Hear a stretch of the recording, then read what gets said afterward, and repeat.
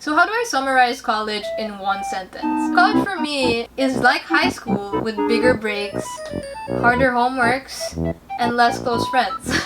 And you go to the library way more than you should because you gotta use those hidden fees, you know?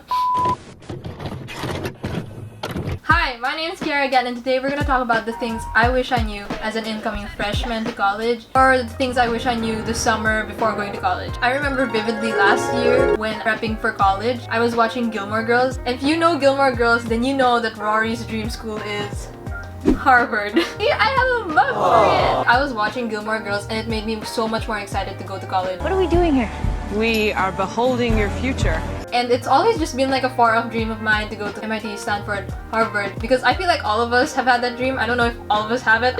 Is it just me? I don't know. I was thinking, what would it be like to be in her shoes or receive like the education from the top universities of the world? Don't you want to see it? Huh?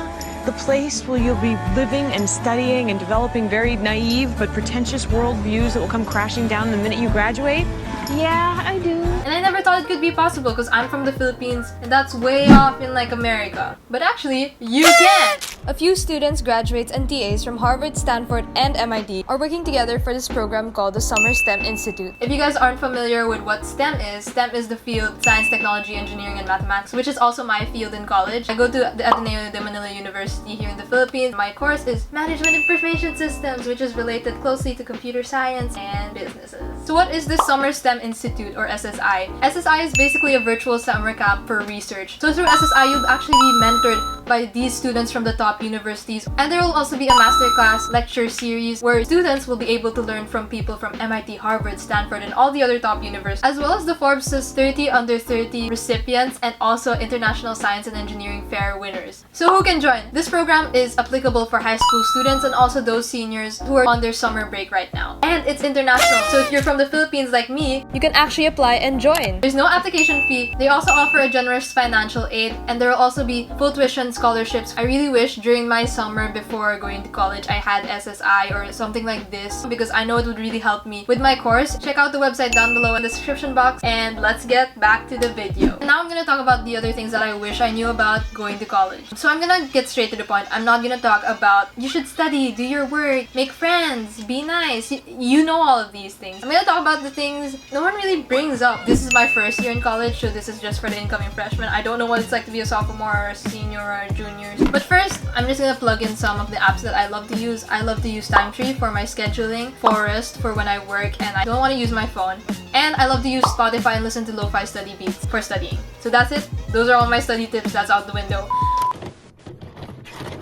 Well, I'm dead tired. I have tons of studying to do. So for academics, I'm gonna get straight to the point. Okay, first tip. Find a trigger that will make you study. Personally, my trigger that helps me study is sitting down at my own desk. I don't like studying on my bed. Make some iced coffee, and I put on my lo-fi study beats, and my brain immediately like work mode on because I need to study when I listen to my lo-fi study beats. Number 2, study your profs. This is the most important thing because the profs make or break the class. I know a lot of people will tell you this, but this is literally true. Study how they teach, if they give the PowerPoints, or if they don't. Can you cut this class if they're very lenient? Or do they give more hands-on intensive projects so you have to go to class? So know your teacher first, know your subject before you actually use your cuts. And adjust accordingly to your professor. Yeah, it took me a while to learn about this one. Number 3, you don't have to thrive in your general education or your general subjects. If you have your majors, focus on your majors because that's what you're gonna use in the future. Do well enough in your GEs if you're not actually like aiming for like summa cum laude or stuff like that. But if you wanna do well in your GEs, that's good. Just know that it's not an essential to thrive in these and focus all of your energy on all of these subjects when you should actually be focusing your energy on your majors. Okay, so those are just some of my tips for academics. If you want to watch other academic tips, I will link them down below because those are better study tubers than me. Okay, now we're going to social life. And if you guys can't already tell, I'm very awkward. When I meet someone new, I'm just like... What you expect from college is like the super high expectations. You're gonna meet friends, people are gonna approach you, cute boys are gonna talk to you, but... No, ma'am, it is not like that. It is not like that at all. Everyone is each of their own kind of person. You just see most people walking around alone. You will see people walking around with like 2 to 3 friends. I want to remove the stigma that there's something wrong with being alone, because I know a lot of people think that, oh, if I'm not hanging out with a friend, then I look stupid or something like that, which is not true. I love being alone. When I meet new people, I get really nervous, so I have this thing in my head where I just do the 1, 2, 3 go, count to 3, and then you're just like, just do it, and it will do wonders, honestly. What's next on your fascinating list of talking points? What's your major? Seriously? You've got 1 minute to make an impression and that's all you can come up with? You want to know my sign too, Jack? Also, know what to say more than what high school are you from? Because that's really where the conversation ends. It goes something a little bit like this. Hi, I'm Ciara. What's your name? They give their name. Oh, what high school are you from? They give their high school. Oh really? Do you know this person? Either they say yes or no. If they say no, it gets awkward. And that's usually how the conversation goes. So here's some conversation starters, because there will be a diversity of students from different schools, students with different cultures, students who don't really get what you're talking about, especially if they're from like another province or they're from another region here in the Philippines. So talk about that. Talk about your differences. You're from Cebu? My friend's from Cebu, and we love to talk about how different Cebu is from Manila. From there, you can find like similarities. You have to make effort to make a friend, and you have to make effort to keep a friend. So if you have high school, you're generally just like together all the time. You have the same experiences, the same classes. So generally, you're just gonna like go together because you guys are in the same environment. But in college, it's so big and everyone's so spread out that you actually have to make an effort to ask someone to go to lunch with you, ask someone to eat with you, ask someone to hang out with you, or go to like a party with you. You have to make that effort, because if you don't make that effort, chances are you're just gonna be acquaintances and say hi. Also, if you have your close friends in high school, be sure to check up on them from time to time and just say, how are you? Maybe they need that on that certain day. You have to make an effort to make friends, you have to make an effort to keep friends, and you have to make an effort to reach out to your old friends. Next up, org life. I used to be such a huge org person when I was in high school. I joined like 6 org, was active in like most of them. So when I got to college, I thought it would be the same thing for me. I expected to meet so much people in orgs, and I joined 7 orgs. Lo and behold, I dropped 6 of them. But I know some of my friends, they love going to orgs and they met some of their closest friends there. So give it a shot if you're an org person. But if you're busy and you have other things to do outside of college, then orgs might not be for you. And if you don't live in a dorm near the college, most likely orgs won't be for you because their meetings start very late at like 5 p.m. And my last thing I wish I knew when I started college is you will meet more people in parties than in orgs. One way to meet new people is by going out with your friends and just having fun.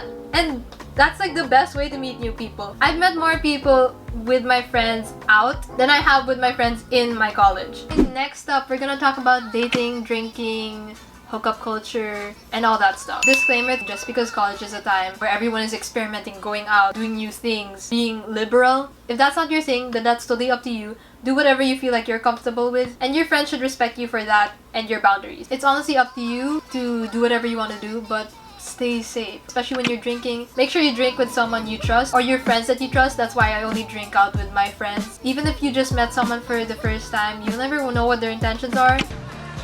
No thanks. I just really want you guys to stay safe. I'm usually the friend who tells my other friend to not drink if they're offered a shot by someone they don't know. Always bring your drink with you. Don't accept drinks from strangers. You have to stay with people who you trust so you can feel safe and you can also have fun. Another thing is drinks are more expensive in bars, so if you guys don't want to spend that much money, I think it's better to buy a drink from a convenience store and then go to the place because you will save money in that way. Alright, next up, dating. If you're in a fixed section for the next 5 years or 4 years of your life, I suggest it's not wise to date someone who is in your section. If you want to date someone from your block, do it, but like just be aware that if you're stuck with them for like 4 years, you're gonna have to see their face every freaking day. Next up is long distance relationships, like dating someone outside of your school. My boyfriend for 4 years, he is in Manila and I'm in Katipunan, and these are 2 different cities and it takes like 2 hours travel time to get there.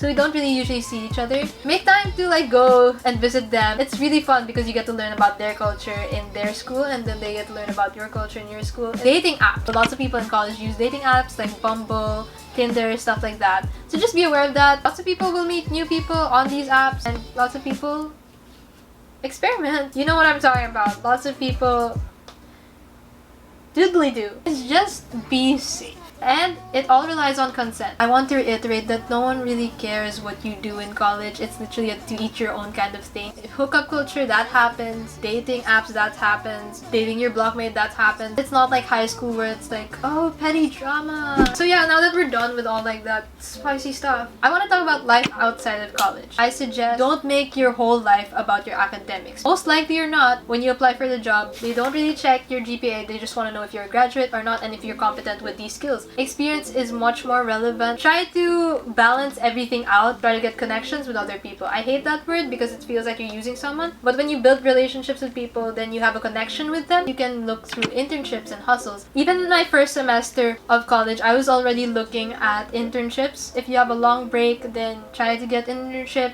There are lots of online internships too. Like what Best Dress said in her video, which was mostly catered to like American college. Romanticize your life. Sit in a cafe, listen to lo-fi study beats, pretend you're in a study vlog. And there's literally nothing wrong with that. And pretend like if you're on a sad day, the next scene to this movie is you being happy, getting a high grade, or going out with your friends on that Friday night. Who cares if you think of it like that? They can't get into your brain. They don't know what you're thinking of. You don't know what I'm thinking of. So to like sum it all up, what I can say is like the best thing about college is no one cares about what you do. And that sounds so wrong, but no one cares if you go to a club, or no one cares if you hooked up with someone. No one cares if you got a low grade. No one cares if you're not looking your best today. And that's the beauty of it. If you like this video, give it a like, comment, subscribe, and check out the link down below again. And I will see you guys in my next video. Hope you're being safe. Bye!